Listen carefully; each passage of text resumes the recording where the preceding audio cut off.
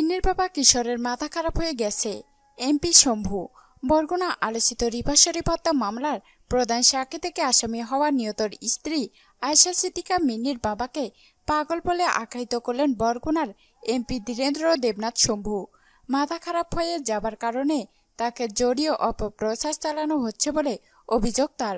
BSL নিউজকে দেওয়া সাক্ষাৎকারে এমপি শম্ভু এসব অভিযোগ করেছেন। তিনি বলেন, মিন্নির বাবা মোজাম্মেল হোসেন কিশোরের যেসব অভিযোগ তুলেছে তা ভিত্তিহীন এবং কাল্পনিক। কিশোরের মাথা ঠিক নাই, তাই পাগলামি করছে। ও আমাকে জড়িয়ে যা করছে সেটাও অন্যায় করছে। আমি আজ শনিবার ওর ভাই খালেকের সাথে কথা বলছি ওকে এসব পাগলামি না করার জন্য।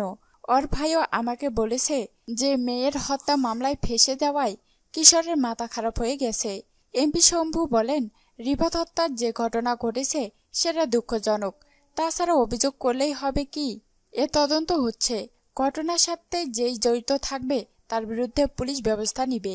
কিশোর যেসব অভিযোগ তুলেছে সেসব আজগুবি গল্পের কোনো প্রমাণ ছাড়া আইনের কাছে তার এসব কথার দাম নেই।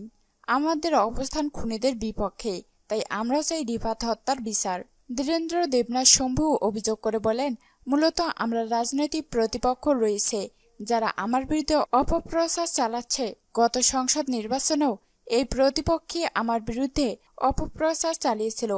তারাই এখন মিন্নির বাবা কিশোরকে দিয়ে আমার বিরুদ্ধে বলাচ্ছে বলে অভিযোগ এমপির।